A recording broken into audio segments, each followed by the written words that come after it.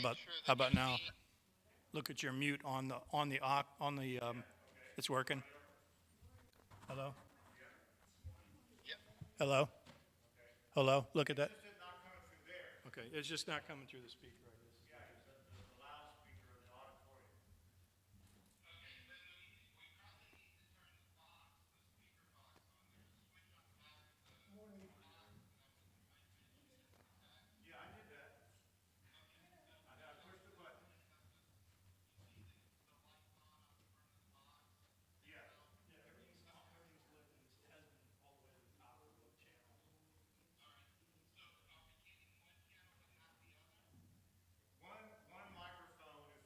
of the box. Now, all right. So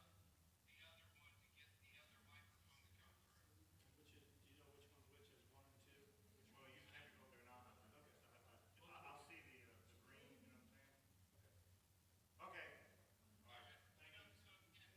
we have two inputs now into the box, one on A and one on B. We may just need to turn up the other one to get the other microphone to come through. All right.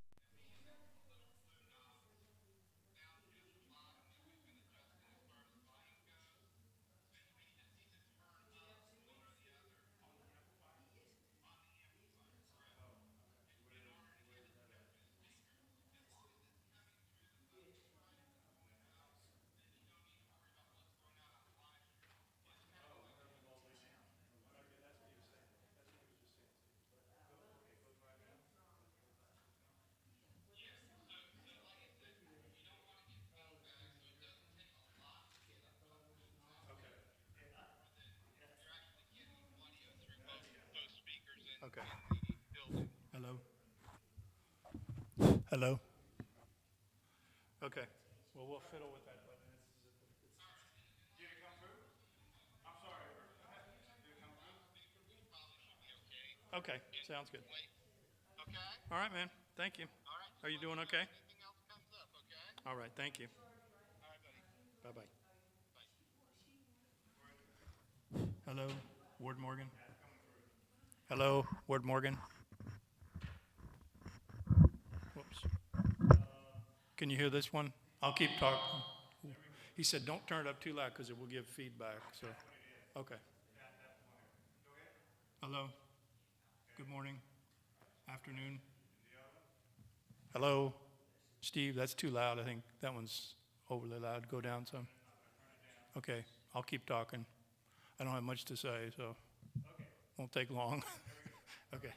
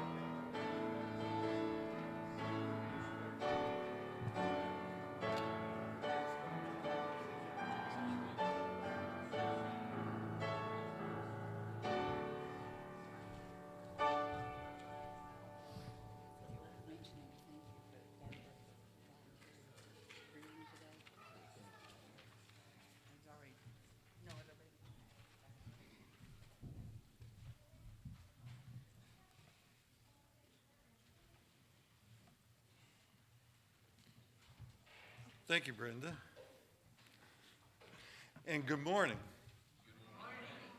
Very good. It is a great morning, a great Charleston area morning with all the nice summer humidity and enhancing the growth of mold in everybody's property. But we do love it here, and we love everybody being here and all of those who are watching virtually online. I do want to welcome everybody here on behalf of the session and Jim Mitchell, our pastor. We do welcome you here. I'm Dale Johannesmeyer, an elder here at Scots Kirk. The announcements are in the bulletin, but I need to update on a couple of things. Unfortunately, Elaine Reed, Elder Joel Reed's wife, her mom has been hospitalized again. They've had to make a quick trip up there, and with him gone and other adult schedule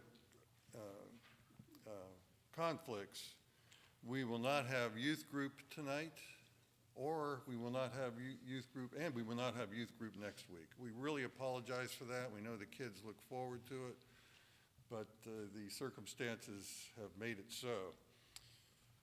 Also, I'd also like to pass on that anyone who is considering teaching or running nursery, anything to do with youth here at the church, of course, you will need a background check. And if you desire to do that, please contact Barry Montoya. You can email him, text message him. Yes, sir. If you are, I need your full legal name. I want your birth certificate. I don't think I've ever given anybody that. Your full legal name on the birth certificate. Outstanding. And Barry will get the background check run so you can teach and serve the church in the many ways that we hope to do that. We also have the sign-up sheet for greeters, and we thank Barbara Kempton for volunteering for this week. I presume everybody was greeted heartily for showing up here at church, and we thank Barbara for doing that, and we encourage other people to do that. It is a way of glorifying God, serving our Lord.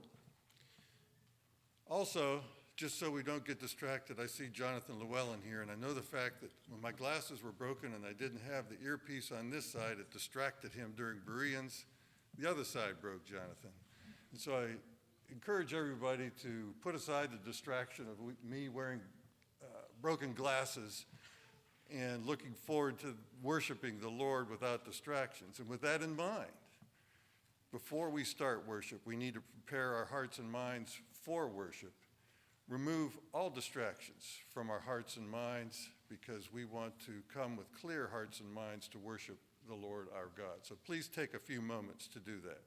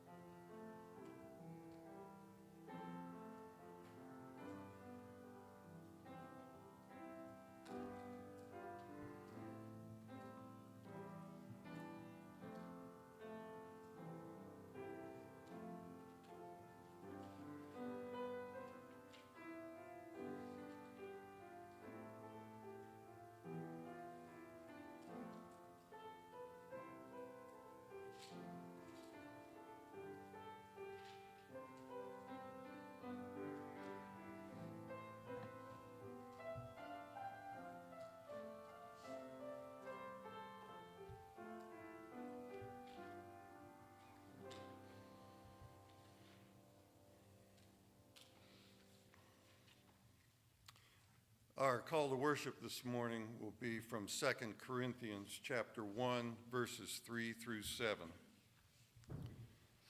Hear the word of God.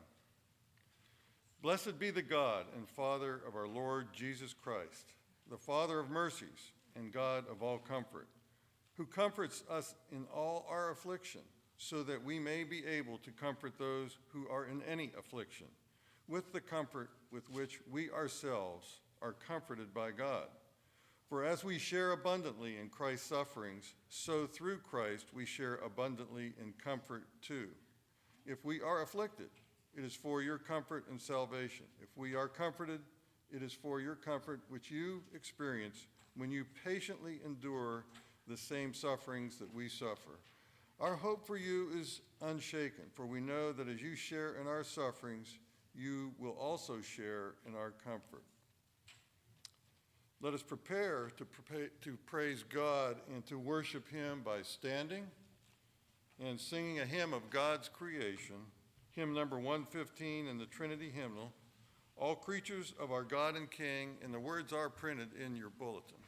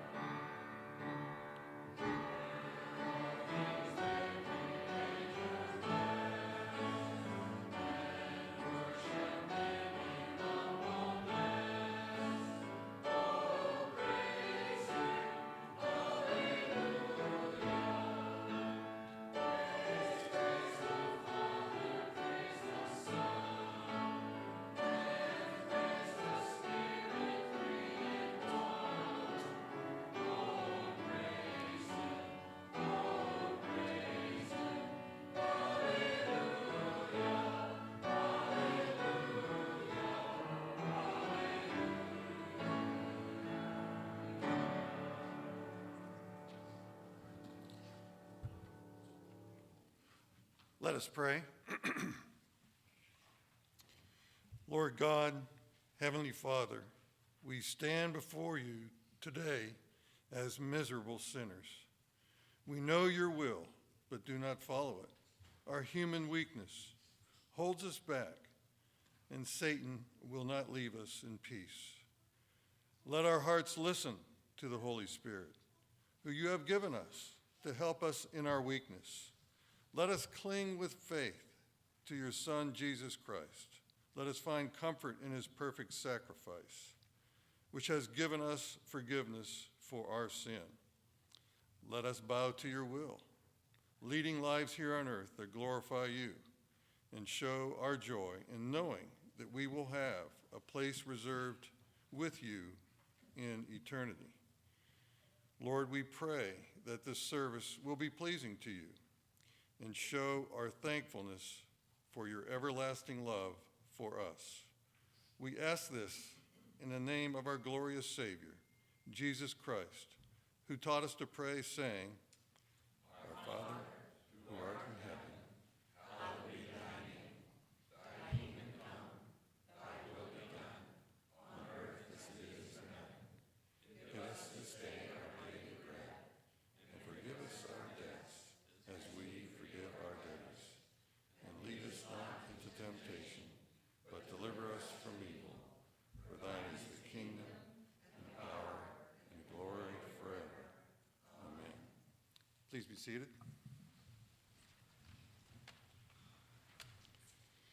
For our confession of sin, let us confess together using the words printed in our bulletin. Gracious God, our sins are too heavy to carry, too real to hide, and too deep to undo. Forgive what our lips tremble to name, what our hearts can no longer bear, and what has become for us a consuming fire of judgment. Set us free from a past that we can open to us a future in which we can be changed, and grant us grace to grow more and more in your likeness and image. Through Jesus Christ, the light of the world. Amen. For our assurance of pardon, I will read from Isaiah chapter 53, verses 1 through 6. Who has believed what he has heard from us, and to whom has the arm of the Lord been revealed? For he grew up before him like a young plant, and like a root out of dry ground. He had no form or majesty that we should look at him, and no beauty that we should desire him. He was despised and rejected by men, a man of sorrows and acquainted with grief. And as one from whom men hide their faces, he was despised, and we esteemed him not. Surely he has borne our griefs and carried our sorrows, yet we esteemed him stricken, smitten by God, and afflicted. But he was pierced for our transgressions. He was crushed for our iniquities. Upon him was the chastisement that brought us peace, and with his wounds we are healed. All we, like sheep, have gone astray. We have turned every one to his own way, and the Lord has laid on him the iniquity of us all. Praise God. Please stand for our confession of faith. It's from the Heidelberg Catechism, question 60. I will read the question, and we will read the response together. How are you righteous before God? Only by true faith in Jesus Christ, although my conscience accuses me that I have grievously sinned against all God's commandments, have never kept any of them, and am still inclined to all evil. Yet God, without any merit of my own, out of mere grace, imputes to me the perfect satisfaction, righteousness, and holiness of Christ. He grants these to me as if I had never had nor committed any sin, and as if I myself had accomplished all the obedience which Christ has rendered for me, if only I accept this gift with a believing heart. Please be seated.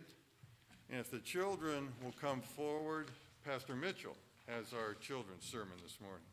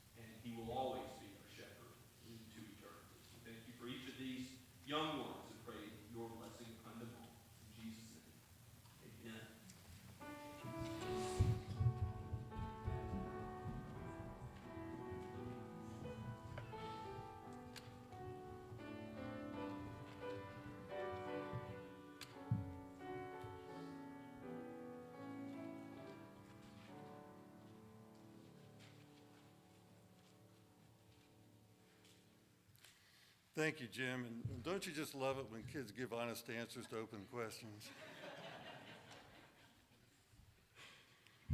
Our scripture reading this morning is from the first epistle of Peter. It's chapter 5, verses 1 through 14. Hear the word of God. So I exhort the elders among you, as a fellow elder and a witness of the sufferings of Christ, as well as a partaker in the glory that is going to be revealed. Shepherd the flock of God that is among you, exercising oversight, not under compulsion, but willingly, as God would have you, not for shameful gain, but eagerly, not domineering over those in your charge, but being examples to the flock. And when the chief shepherd appears, you will receive the unfading crown of glory. Likewise, you who are younger, be subject to the elders. Clothe yourselves, all of you, with humility toward one another, for God opposes the proud, but gives grace to the humble. Humble yourselves, therefore, under the mighty hand of God, so that at the proper time he may exalt you, casting all your anxieties on him, because he cares for you. Be sober-minded, be watchful. Your adversary, the devil, prowls around like a roaring lion, seeking someone to devour. Resist him, firm in your faith, knowing that the same kinds of suffering are being experienced by your brotherhood throughout the world.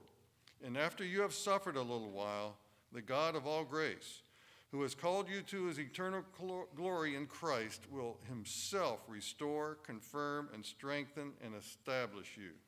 To him be the dominion forever and ever. Amen. By Silvanus, a faithful brother, as I regard him, I have written briefly to you, exhorting and declaring that this is the true grace of God. Stand firm in it. She who is at Babylon, who is likewise chosen, sends you greetings, and so does Mark, my son. Greet one another with the kiss of love. Peace to you, all of you who are in Christ. The grass withers, the flower fades, but the word of our God will stand forever. Amen.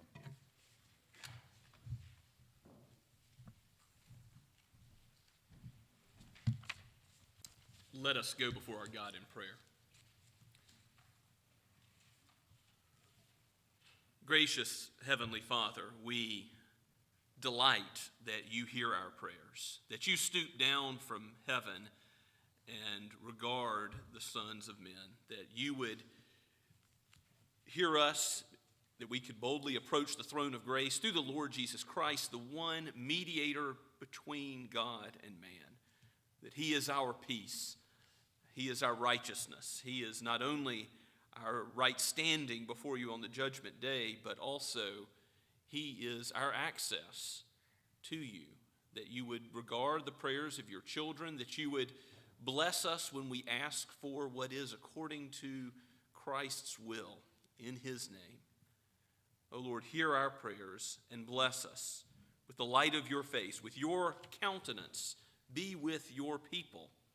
Father, we give you praise for how you have answered so many prayers this past year as we think of your faithfulness in keeping your people both spiritually and physically free of disease. And we thank you, Father, that you've given our brother Rich Troutman strength as we have prayed for him, and that you've returned him to us here in Summerville.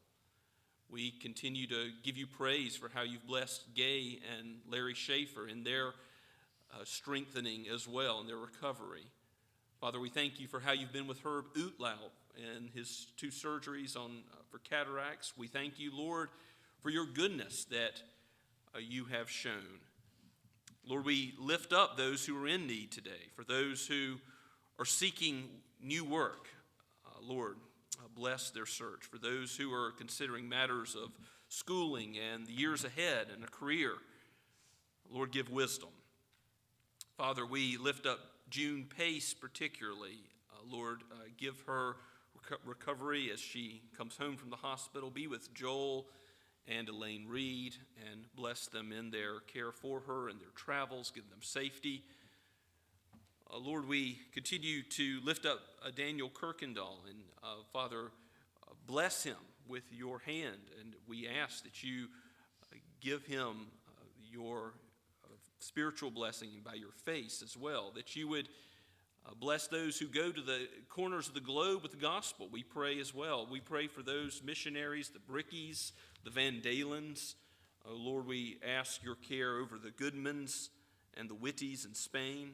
Father, we pray for the ministry to refugees that Eleanor Griffin is involved with in France, and let the refugees be welcomed there so that they might hear the gospel. We pray for refugees in our own land as well, as these matters of justice and mercy come before those in places of authority. We pray for wisdom and for your will to be done, and for your church to bring the gospel to those in need. We think of how this land once resounded with your truth, but now many call evil good and good evil. There is so much confusion. There is so much that is wrong, where injustice prevails, where even the very family, there's an attack on marriage and gender and human sexuality, which you have made good, O God, in our own day. So bless your church with wisdom to address these issues. Bless the families of Scots Kirk with wisdom as we seek to be a light for Christ, the light of the world. Father, bless Shem Creek and their church planting efforts in the Low Country, and bring about a day when we will see more churches planted here in Summerville to your glory. Bless our session, our deacons, with wisdom as they deal with mercy ministries in the diaconate, both to the community and to those in this flock. Give them wisdom from on high. Give our session hearts like Christ, humble and ready to gently aid and encourage others. Father, we thank you for the men that you've called to this office, and pray ahead of time that you would raise up others, and bless those who teach, bless those who lead the youth. As we think about Sunday school to come in the fall, we think about those who will teach Sunday school and those who will attend, and we ask that you would bless by the sanctification in your word, which is the truth, all those that study it, even now as we meet with the men and the women together through the week. Father, give the blessing to your people, which is only brought about by your Spirit, not natural understanding, but Spirit-born understanding, as you give the new birth in Christ, and you regenerate the heart, and you sanctify, you prepare us for heaven, and we look forward to that day when we will be fully sanctified, glorified, when we will know sin no more. Give us hope as pilgrims going to a better land in any time of persecution and trial as we face difficulty. Lord, we pray for those who are struggling with particular sin, with particular temptation now. Guard them from the attacks of the evil one.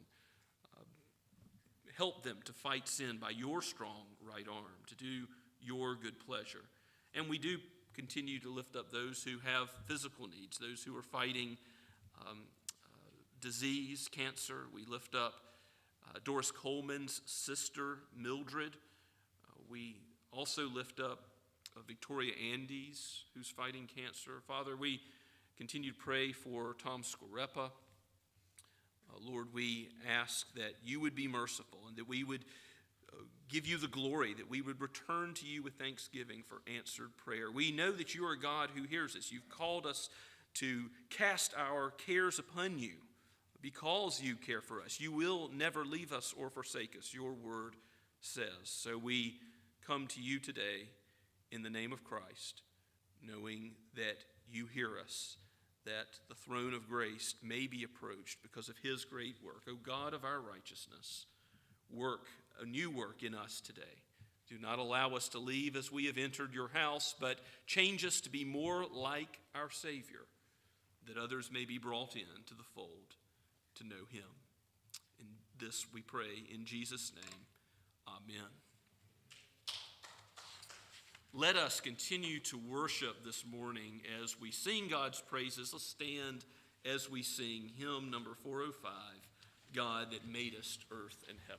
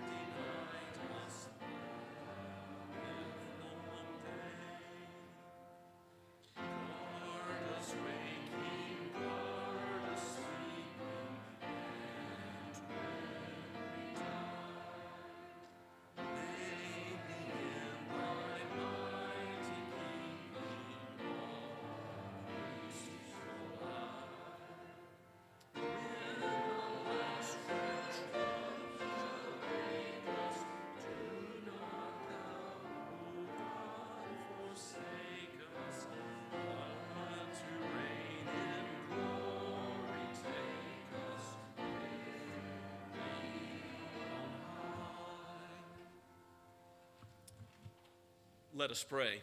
O Father, Son, and Holy Spirit, your kingdom is forever, and your smile will be on your people forever. We will behold the light of your face and not see through a glass darkly, dimly any longer.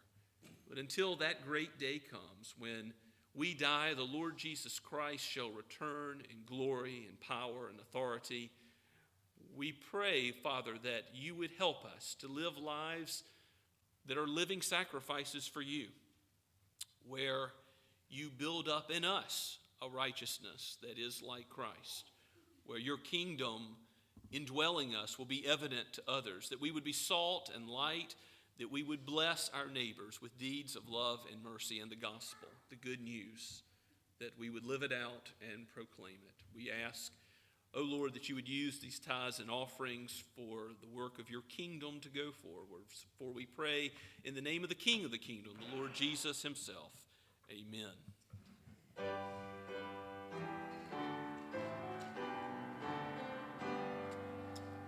Praise God from whom all blessings flow.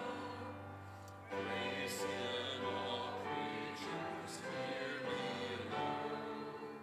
Praise him above the heavenly hosts.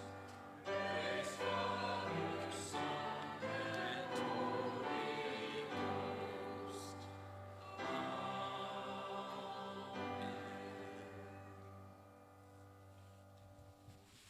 Please be seated and take your Bibles and turn with me to Psalm 4. We are taking a break from Luke for the summer and about to begin a new series for the summer looking at various psalms, all types of psalms, the prayers and the songbook of God's people in the Old Covenant. And we're going to begin this week with Psalm 4. And then in the fall, we'll pick back up in Luke where we left off in the end of Luke chapter 8. Psalm 4 is a psalm of David. It is a short psalm. and yet it is a very rich psalm about how God answers prayer. Prayer for his people, especially in times of need, in times of trial, in times of distress. So let us give our attention to God's word as it is penned by David, the shepherd king, but then breathed out by the Holy Spirit. For each of us today, this is God's word for you, beloved. To the choir master, with stringed instruments, a psalm of David. Answer me when I call, O God of my righteousness.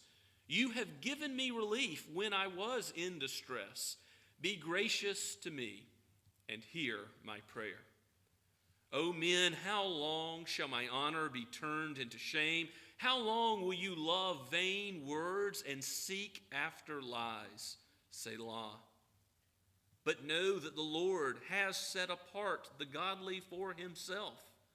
The Lord hears when I call to him. Be angry and do not sin. Ponder in your own hearts on your beds and be silent. Selah. Offer right sacrifices and put your trust in the Lord. There are many who say, who will show us some good?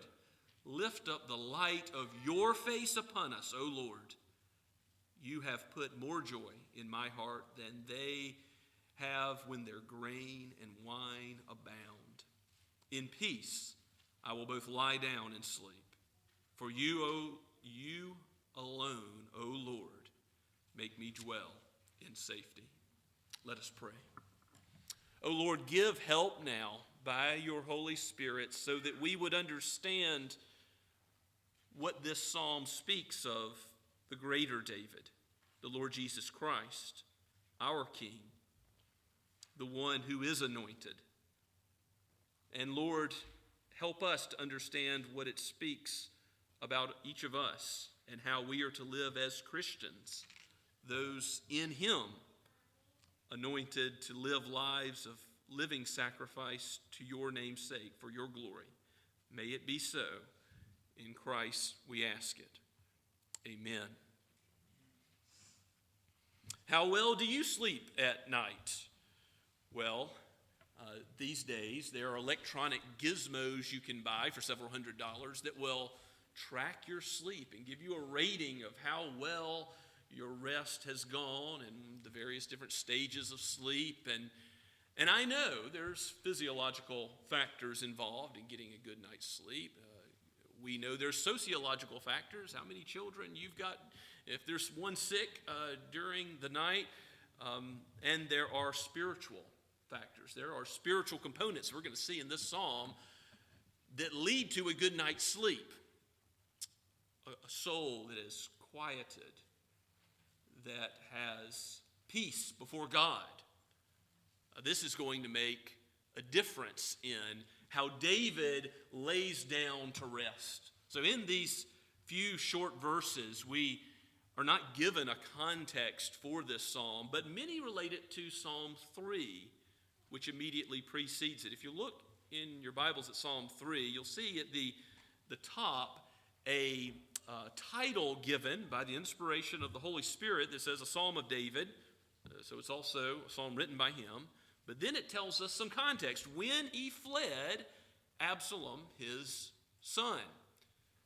And there were two different times in David's life where he might have been laying down his head to rest in a cave to sleep when he was fleeing Saul and when he was fleeing his son, Absalom.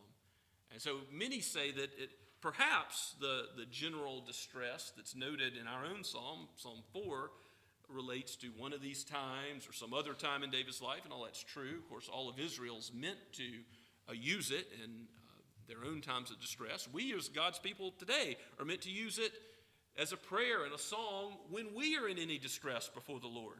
But perhaps it was like Psalm 3 in the time of Absalom, where the kingdom's divided, where many are running after lies. Many are believing Absalom as he is taking valiant men away from David and bringing them over to be loyal to him.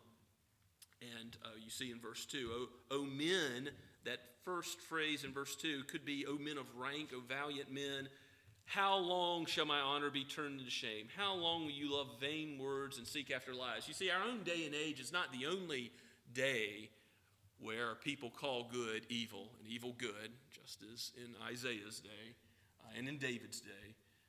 This was going on. And what do you do when there's injustice? When nobody sees or understands the betrayal, the hurts that you're experiencing at the hands of men? You're suffering. Well, you ought to do what David does and cry out to the Lord. Sing to the Lord even.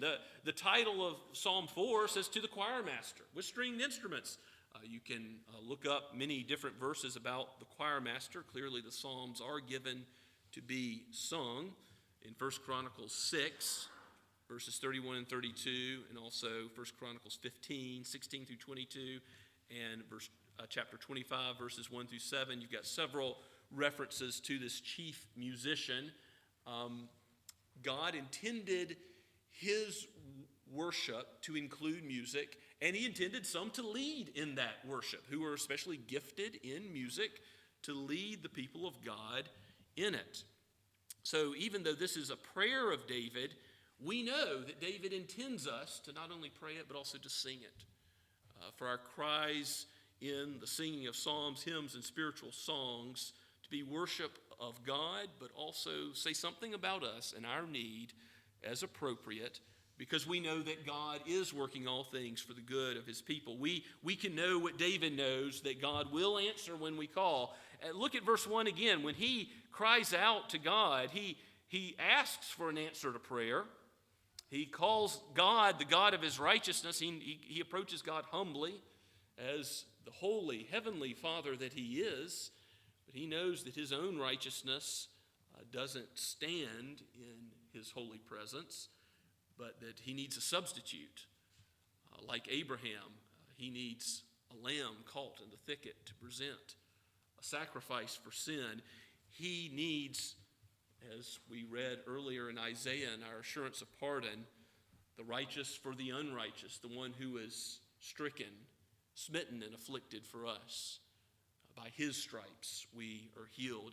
We need the Lord Jesus Christ, the one mediator between God and man, the righteous one, so that we can come before God in worship. And David knows, even in the Psalms where David talks about his own righteousness, there's a few of those that we will look at in time, but Psalm 18 and Psalm 26 are examples. David asks for vindication of his own right living before his enemies. And even David's righteousness, where does it come from? The good works that he does. Well, God prepared them in advance that he might do them. It says in Ephesians chapter 2, verses 8 through 10, that by grace we're saved. It's not of our own doing, so no one can boast, but that also that God, in addition to justifying us, giving us his righteous standing in the Lord Jesus Christ, he prepares in advance good works that we would walk in them. So even our sanctification, even the righteousness that we have, that David has, comes from God. So answer me when I call, O God of my righteousness. What a proper way to approach the Lord of heaven and earth. And then David looks back at history. He looks back at how God has answered his prayer before, which again lets us tend to think this is Absalom. He's already been through all the stuff with other trials, and Saul particularly. Lord, you've given me relief before when I was in distress. You've given me help when I've cried out in a previous time. Be gracious to me and hear my prayer.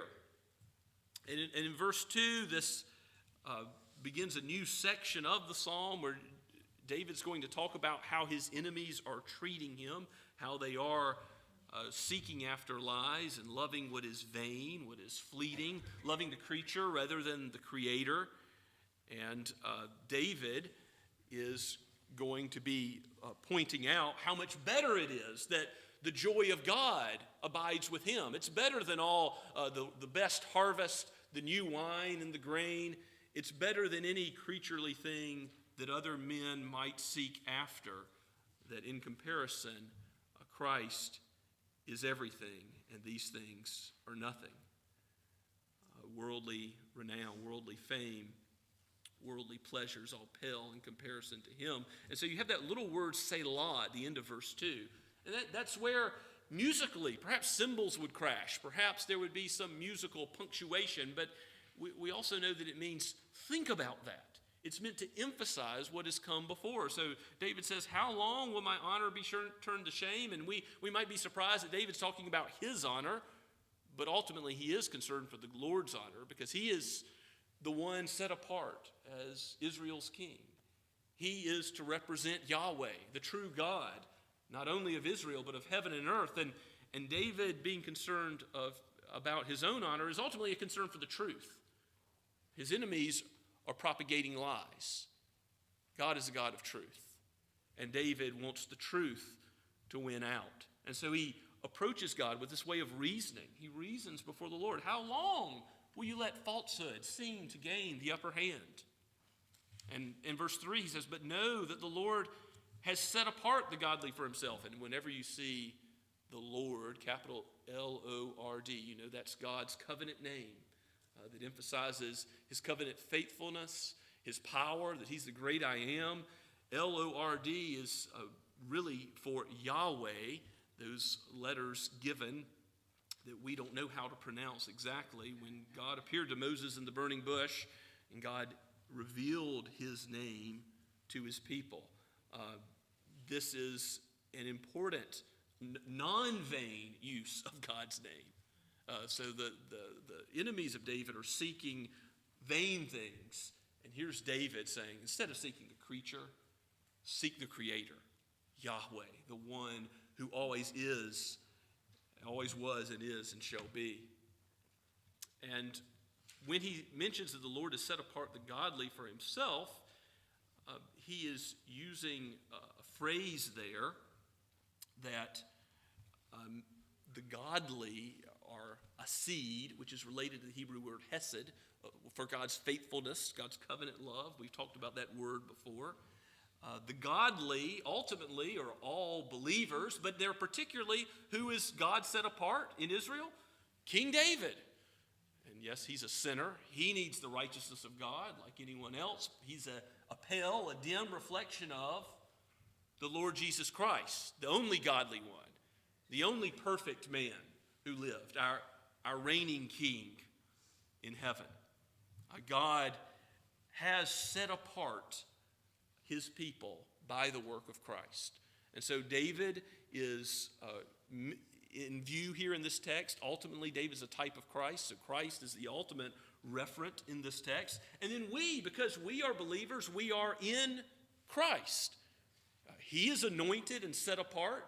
He is the Lord's anointed, so we also are to live in him and know that God has set us apart for his special care in this life and in the life to come. I do want to mention a caution here because sometimes people will try to take these phrases about the Lord's anointed and being set apart to refer to the pastor as if the pastor were above criticism, as if you could not question a human pastor. You may and you ought to. The Lord Jesus says, beware of false teachers. Be a Berean, the scriptures tell us. Compare what is said from any pulpit by the word of God. That is right. And beware of anyone who says, touch not the Lord's anointed, referring to a human teacher, because we ought to be using wisdom to discern whether or not what any human being says reflects what God says in the scripture, which is our only standard and only authority, his flawless word. But God has set apart David, and he knows that he's set apart to do God's will on earth. And so he thinks, how am I going to respond to my enemies? And in verse 4, he tells us what the scriptures tell us elsewhere. Think about Ephesians chapter 4. Maybe turn there with me. Ephesians chapter 4. The Apostle Paul talks about how we're to deal with anger. Certainly, David is angry at injustice. But we're all too prone to think that our anger is a righteous anger, an anger that is devoid of sin. Look at what the scriptures say in Ephesians 4. try and find the verse. Verse 25. Therefore, having put away falsehood, let each of you speak the truth with his neighbor, for we are members of one another. Be angry and do not sin. Direct reflection of Psalm 4. Do not let the sun go down on your anger, and give no opportunity to the devil. For those of you who have gone through or going through marriage counseling with me, you will talk about this verse, because in that relationship between husband and wife, you need to know, don't let the sun go down on your anger. Deal with any conflict promptly. But this is actually written in the context of the Christian community. And even though it applies to marriage, it certainly applies to the church. Jesus says, leave your gift at the altar and be reconciled with your brother. Don't put off till tomorrow what needs to be done today. If there is conflict, so far as it depends on you, live in peace with all men. You can't control what other people do, but you can control how you live, how you treat others. Be angry and do not sin. That means don't hold it all inside and let a root of bitterness take root in your own heart. Don't blow up. A fool gives full vent to his anger, the proverb says. J. Adams says that's two ways our anger most often is expressed. J. Adams, a Christian counselor, biblical counselor, who noted that blowing up or clamming up are the two most common fleshly responses, but those end up damaging relationships. Our sinful anger really must be put to death. We can't put to death falsehood and put to death taking out all that we feel on others. And David had a right to be angry, didn't he? He had a right to be concerned about injustice and those who were perhaps following after Absalom and undercutting his rightful authority as king of Israel.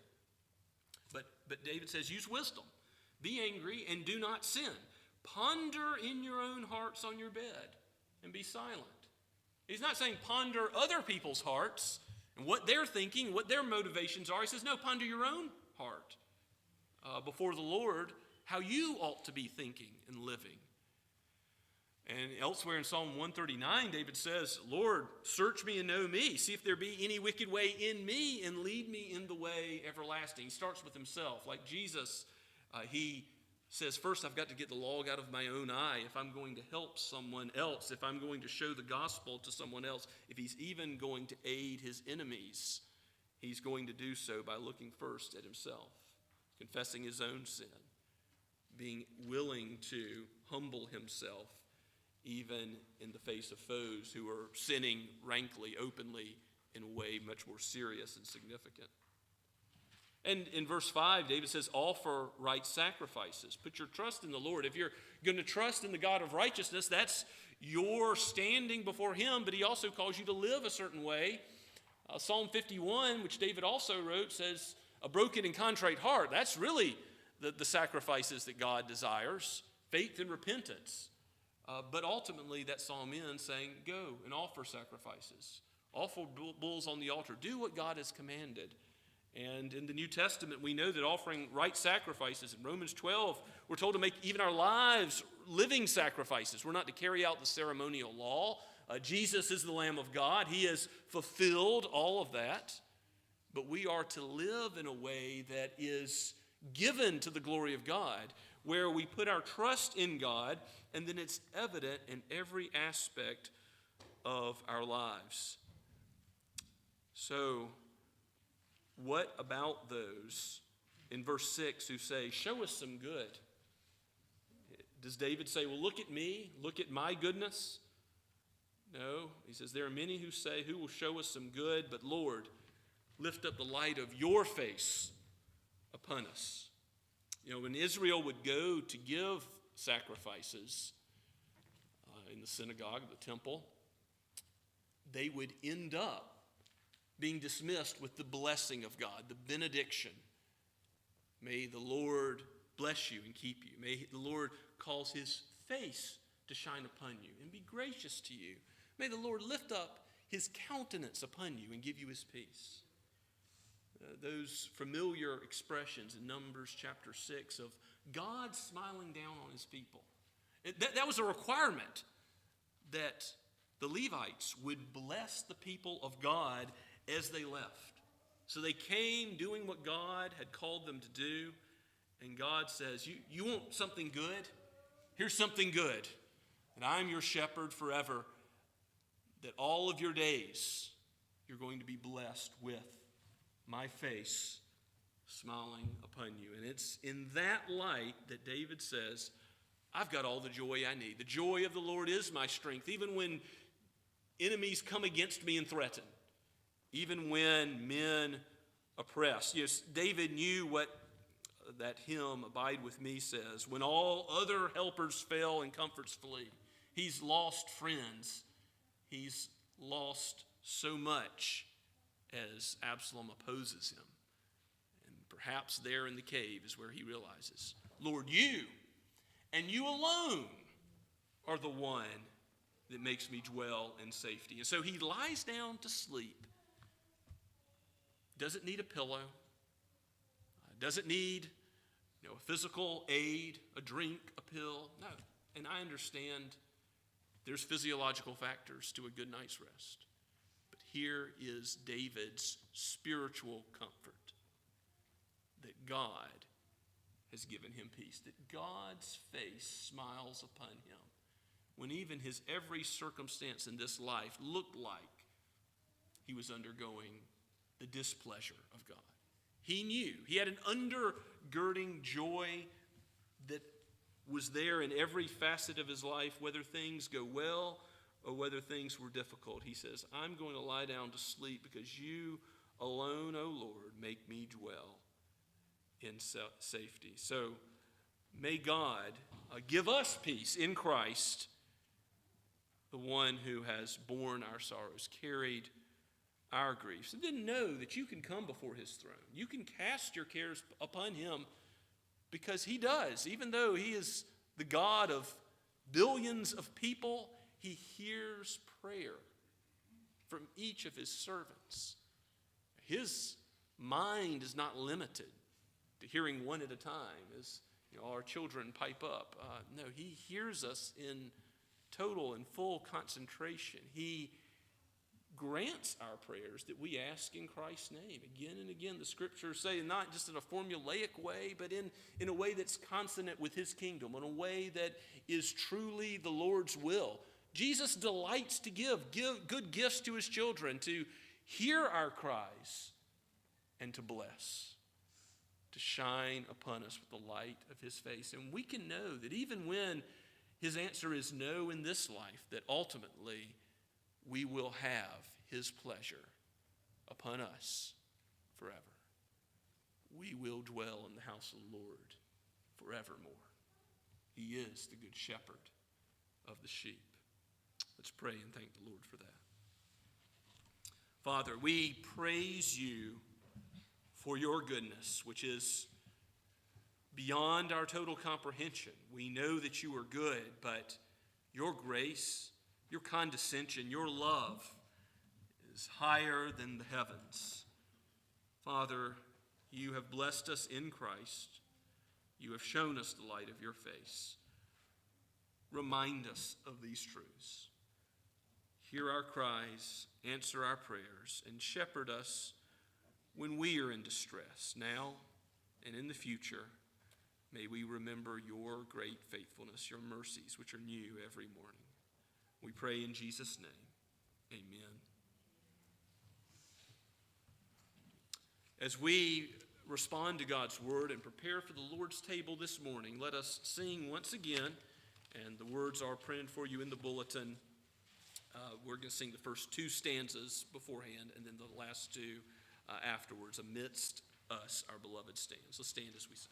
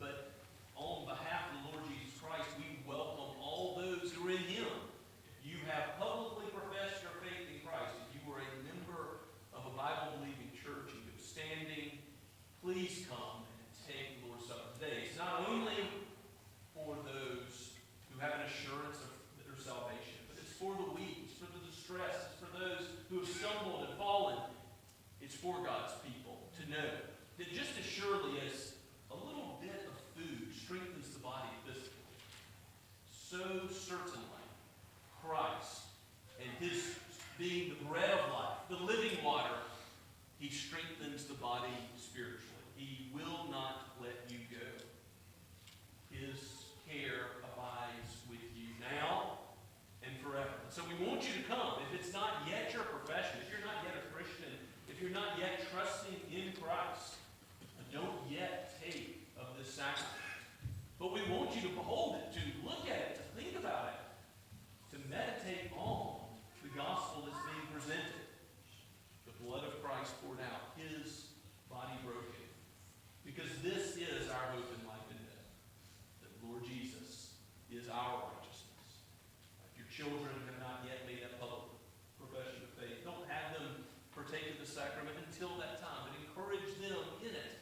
Encourage them to look forward to the day when they will take and discern the body and blood of Christ, just as it's preached, as it's presented here.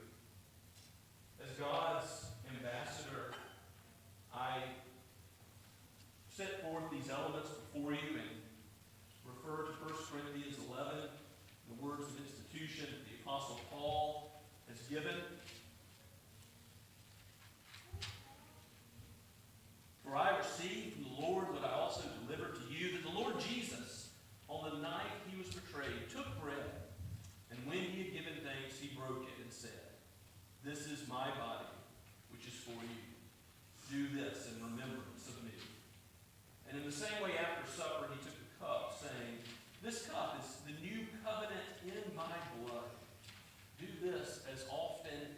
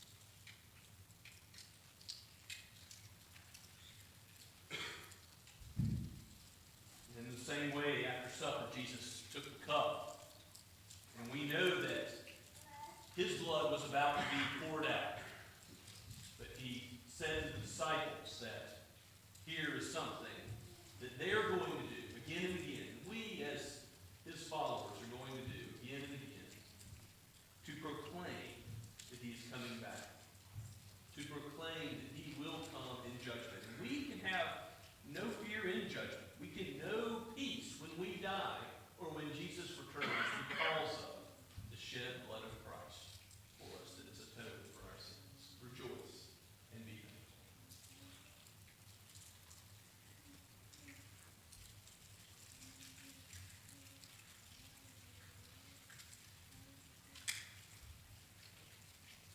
Let us pray together.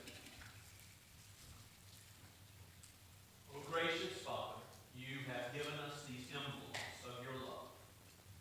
You love the world that opposed you. You love your enemies, for Christ died for us while we were still your enemies. You loved sinners so much that you sent your only begotten Son. Help us to walk according to faith, according to the trust we have in him, that you would bear much fruit in our lives, and that you would draw those who oppose you now to yourself, that you would use our lives to bring the gospel to our community, to those in our families, to those who we love, who we seek to love with the gospel. Help us now as we go. Guard us from the attack of the evil one, and bless us with your smiling face. We ask in Jesus' name. Amen. And now let us sing the final two stanzas of our hymn together. Let's stand.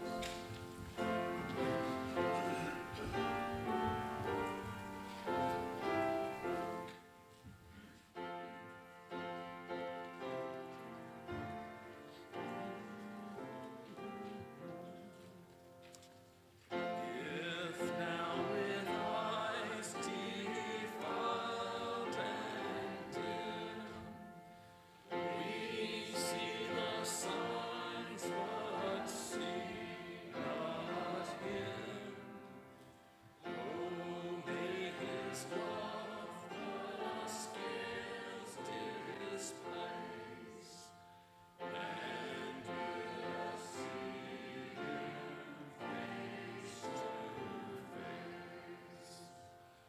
O glorious bridegroom of our hearts, your presence our heavenly hearts. Oh, if thou melted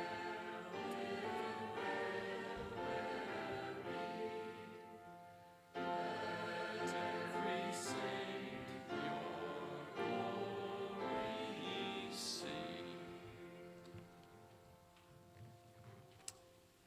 Now receive the benediction of God.